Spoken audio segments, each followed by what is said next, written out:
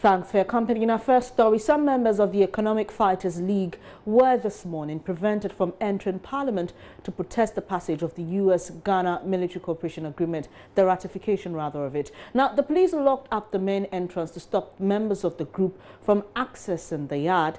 This caught their anger as they exchanged words with the police. Leader of the group, Ernesto Yeboah, demanded that they be allowed to enter. Here are some excerpts of that chaos. In the public gallery to observe how my MP votes on this treacherous agreement. What have you been told? When you came here, what did they tell you? They said they wouldn't allow us in because they are not interested in this. They are interested in American flag. So let's hear from a lot more of them. Ernesto Yeboah is actually leader of the group. He's addressing the media. Let's hear from right before the members of parliament for consideration. And that is our only interest. Our interest is to ensure that that paper is eliminated. Our interest is to ensure that that paper is removed and withdrawn totally from the House of Parliament and even from public discussion and even private discussion. So this is our focus.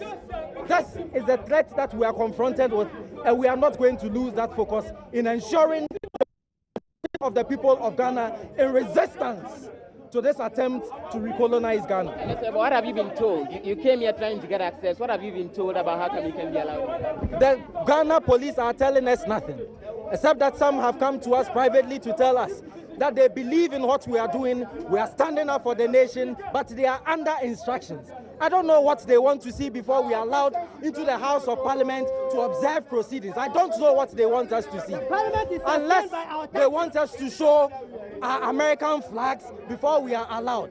Otherwise, I mean, there is no basis for preventing us entry.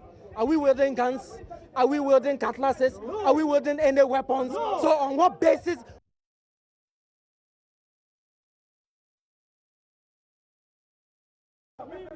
Of course, we will get in, whether they like it or not. In fact, this gate is so easy to bring it down. But that is not even what we are aiming for. We are simply speaking to them. We have the brain power to speak to them, to make them understand that their uniforms are useless. Uniform is useless if they allow our members of parliament and indeed country to take us for granted.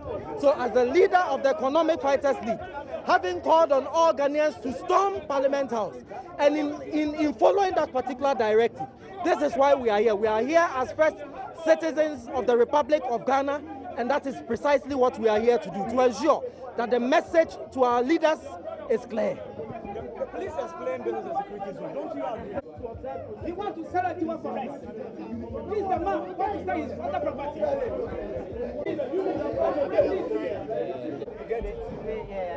Today, people are in trouble. Today is our day.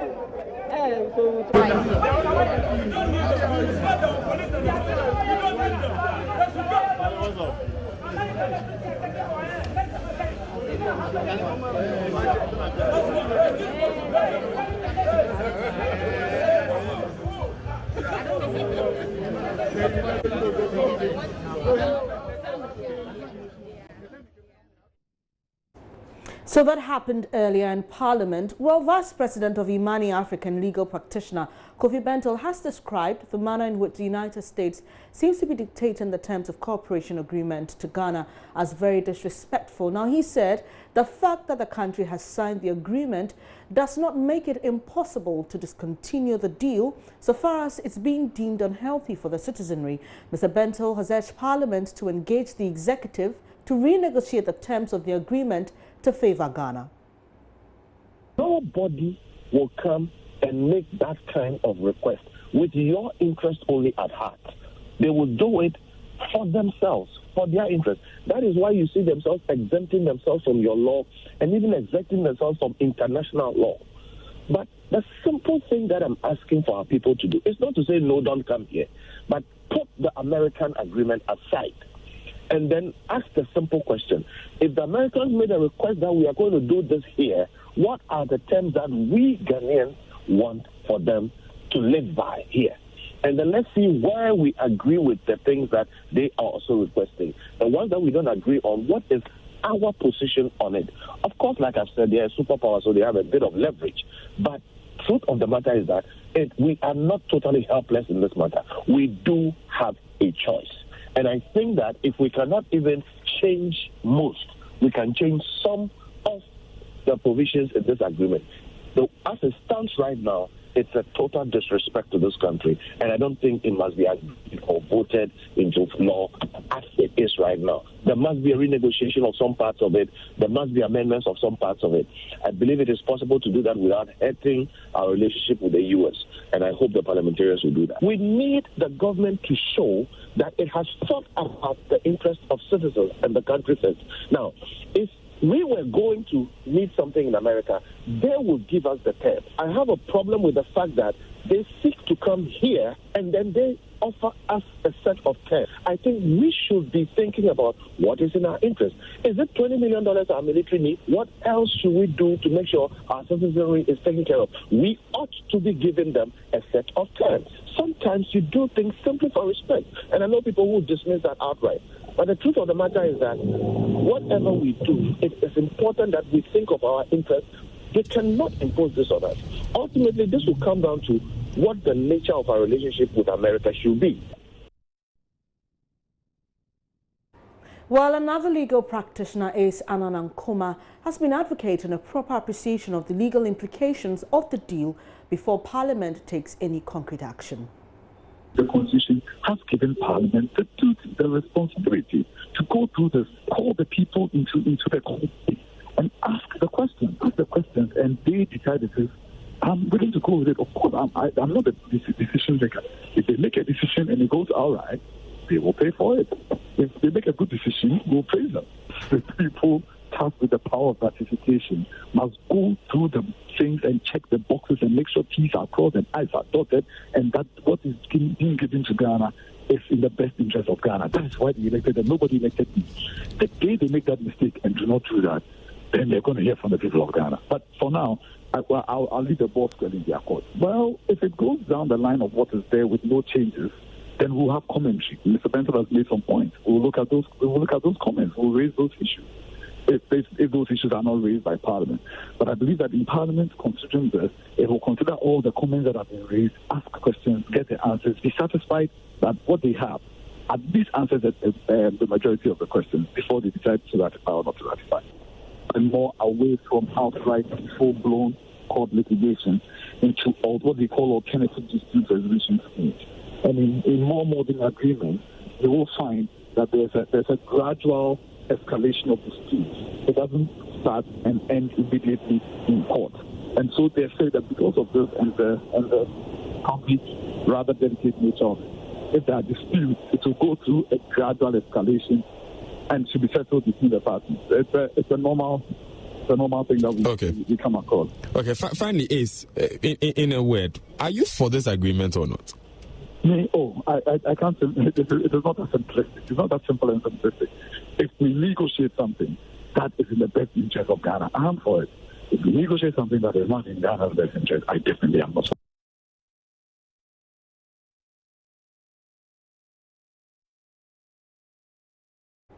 Lawyer Ace Ananankoma there speaking to Daniel Dazi on Joy FM Super Morning Show. We are currently in Parliament and we are receiving some information that members of the minority have appeared with red armbands, and also some of their leaders, that's the leadership of the NDC, their chairman Kofi Potoffer and the General Secretary Asiedu Nketia, and some others are also sitting in the public gallery, also protesting the ratification of the Ghana-US cooperation agreement. We'll take you live to Parliament for updates.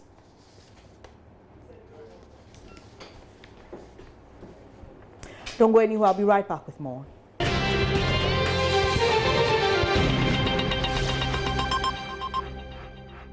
Thanks for staying here and joining us today. Let's head to Parliament now, where the House is likely to ratify that agreement between Ghana and the U.S.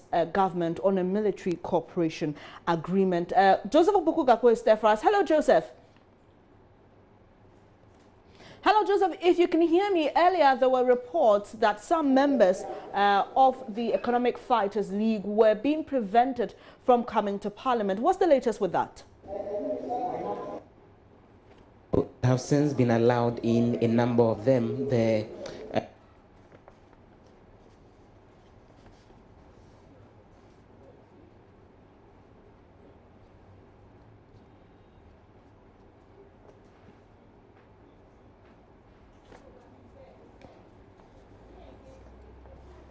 Hello, Joseph. Sorry we missed out on that.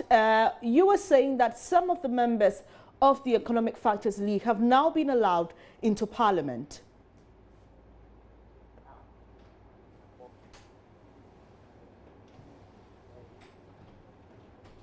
Hello, Joseph. Can you hear me?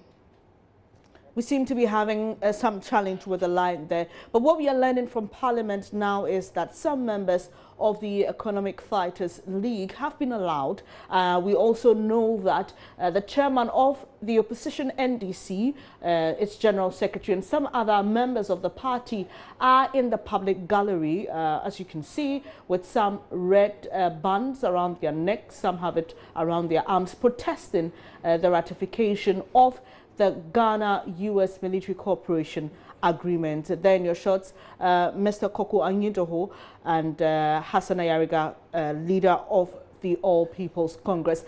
Joseph, if you can hear me now, earlier you were saying that some members of the Economic Fighters League have been allowed into Parliament.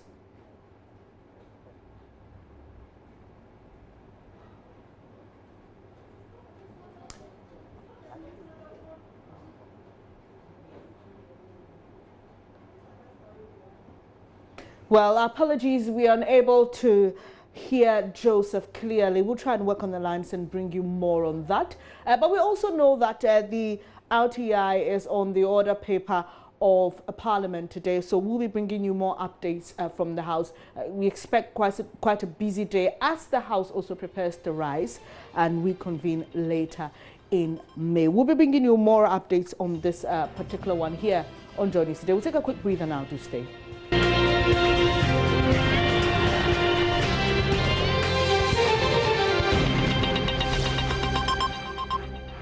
Hello there, thanks for staying here on Joy News Today with me, Bernice Abubedu. Let's get back to Parliament. Joseph Opoku-Gakpo has joined us. Hello, Joseph.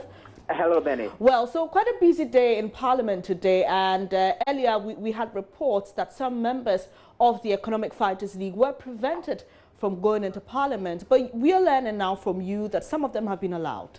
Exactly, and so what happened was that there was some form of screening of escort by the police persons at the entrance.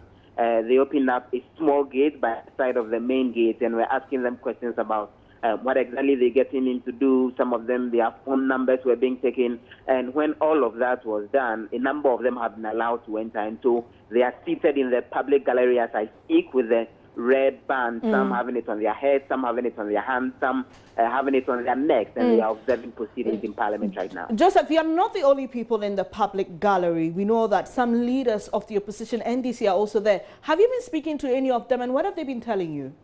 So the chairman of the party himself, Kofi Portofe, General Secretary Ashketin Ketia, as well as Vice Chairperson Anita Desuso and Deputy General Secretary Koku Anyidoho are among the party executives from the NDC who are observing proceedings there. I've been speaking to Koku Anyidoho, and he says they are here to lend their solidarity and support to the minority side of the House, because the minority and the party are taking a decision that they are going to object this particular agreement that is to be ratified by Parliament today. And so they are within the public space to show their support. They think that it's an agreement that will not be good for the country, and that's exactly why they are here to support. He indicated that if Parliament defies their objection and goes ahead to ratify this, they intend to take additional measures, including demonstrations on the street to demand that the agreement, Ghana backs out of this agreement that it's signing with the US. But Joseph, we also know that their members on the Interior Committee are said to have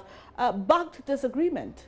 So I've been getting comments on that from some members on the Defense and Interior Committee, and they tell me that they are not backing the request for approval that's coming from the Defense and Interior Committee. The members tell me they voted against approving this, and so the majority side are using their numbers. And so this is a recommendation for approval of the agreement that's coming because the committee voted and the decision was taken by majority decision, not exactly by consensus. So the minority, even on the defense committee, are standing their ground that they are against it. The entire minority is against it, but the majority at the level of the committee have used their numbers to bulldoze their way, and hence the committee is recommending that the approval be given for the agreement. All right, Joseph, finally, just give us status of this agreement. Has the House started debating it? What's the latest? Right now, the Minister for Road and Transport is on the floor responding to a number of questions. When that is done, we are expecting that some other ministers, earlier we saw the aviation minister also respond to questions. When the questioning time is done, the next item on the agenda is for the House to approve a loan agreement to the tune of 754 million. And then when that is done, then we are expecting that the report on the agreement itself will be in it. Like the third item that will be taken after the current item that are on, that would take us like an hour before we get to that eventually. And then when the report of the committee is presented by the chairman of the Defense and Interior Committee, a debate will ensue, and then a vote will be done on whether the House should approve the agreement or otherwise. All right, Joseph, finally, also on the agenda today is the RTI. What's the latest regarding that bill? So right on the other paper, which is an outline of business that the House will be undertaking, item number 6, which the House will be looking at, is a presentation and first reading of the Right to Information Bill 2018, which is to be done by the Attorney General and Minister of Justice. That is also expected before the House rises eventually today. So we're expecting that the Speaker will call on the Attorney General to take a bow at a point in time to indicate that he's laying this particular document, which will then be the first reading of it, after which we are expecting that it will be referred to a committee of parliament. We are expecting that it will be referred to the Constitutional and Legal Affairs Committee of Parliament, and then they'll be looking at it while the House is on break, and then a report from them on the bill will then come when they return in July. Right, Joseph Opoku-Gakpo, thank you for the updates. A pretty busy day you have ahead of you. We'll come to you as and when updates are available to share with the rest of the world. Mr. Speaker, so as I requested for my copy of this important bill, absolute support, but procedurally it should not be faulted, so that again, Mr. Speaker, Parliament will be blamed for unnecessarily delaying this. The President have made public allusion. So, date of Gazette notification after page 43, there is no indication. Oh, I want to be guided that we have respected the Constitution and standing order. So, Mr. Speaker, it's been late, but let nobody tomorrow tell this August House that we faulted procedurally in getting this important legislation into this House and getting it processed properly to deepen governance as essential legislation to combat corruption and to deepen transparency and accountability. I request that the Communications Committee join the committee. I so submit. Honourable Majority Leader, but I'm mindful of the fact that the Honourable Minority Leader says, in a way, it has been late. Please proceed. Mr. Speaker, thank you. Because it means we are in a position to go on. Mr. Speaker, I rose again, but the reason for rising the second time was part of the reasons given by the minority that we should have a referral also to the Committee on Communication. That's the first one. Mr. Speaker, as regards the prime issue that he raised, that it has not been gazetted. We have walked this path before. Mr. Speaker, bills coming here need not be gazetted. They need not. Yes. Mr. Speaker, if a bill is referred to the appropriate committee, the committee may determine if it is of urgent nature. If it is, it needs not be gazetted before consideration by that committee. As simple as that. That's because I don't want to further litigate this matter. Those who have ears to listen may listen. I thank you very much. Just just for the sake of clarity, where do we determine the urgency and other aspects of a bill? At the committee. At the committee level, the committee will then come out with certain recommendations. It is of an urgent nature. Pass it under a certificate of urgency, or do this or do that. We have not gone to that hurdle and we cannot jump it. Thank you very much. You see, this is why, honorable members, this is why, with my experience, sometimes I don't want certain things to go on this because they only take some of our time on a very busy day like this. Item 7, motion. Order. Mr. Speaker.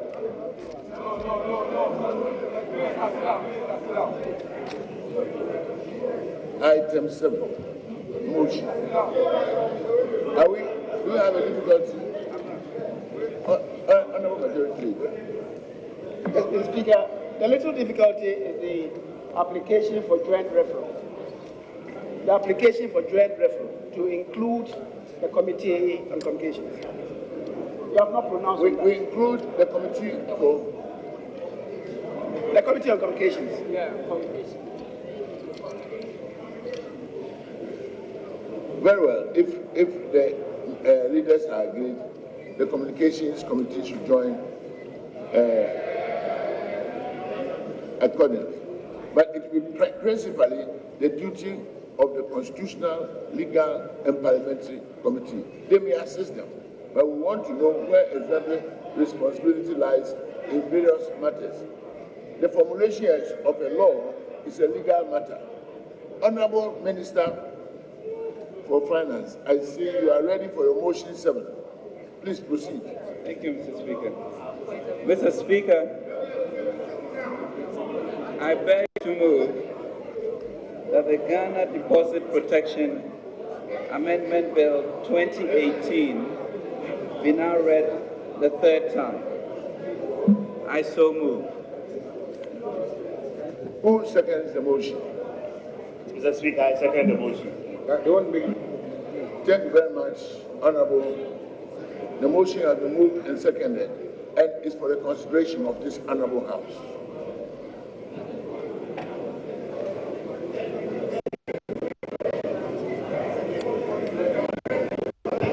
Yes. I'll put a question. I do not know what otherwise any person would have said. All those in favor of the motion say aye. All those against say no. Ayes have it. An act to amend the Ghana Deposit Protection Act 2016 at 931 and to provide for related matters.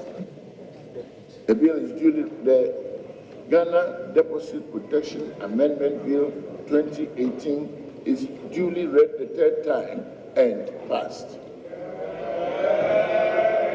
Item 8, motion. Mr. Speaker, item listed as number 9. Item 9. Number 9. Motion. Chairman of the committee, please, the report. Mr. Speaker, I beg to move that the motion listed as item 9 on page 5 of today's order paper be taken. In so doing, I'll present the committee's report. I'll highlight some sections of the report and ask that it be captured fully by the Hansard Department. Mr. Speaker, in the 2018 budget statement and economic policy approved by the House in December 2017, government stated its intention to raise the equivalent of $1 billion from the international capital markets to finance capital expenditure.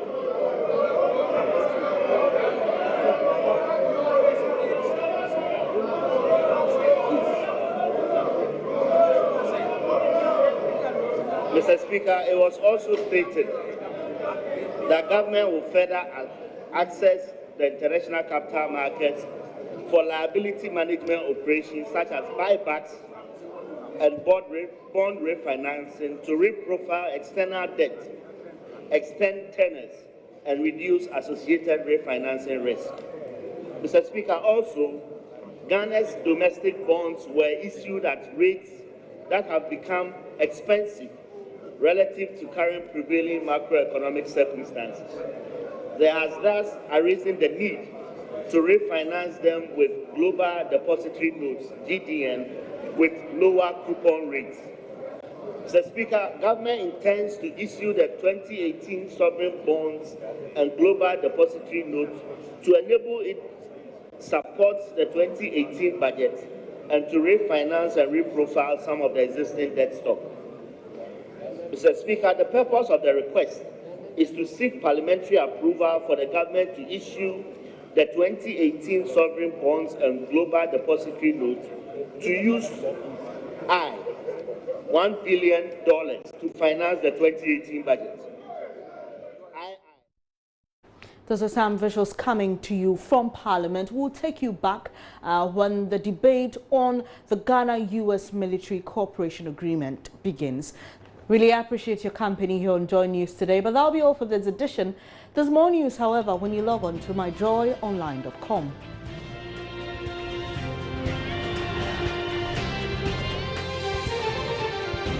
We're stationed at Parliament and expect more updates on the possible ratification of the Ghana-US Military Cooperation Agreement and also on the RTI bill. I'm Bernice Abubedu. Do enjoy the rest of your day.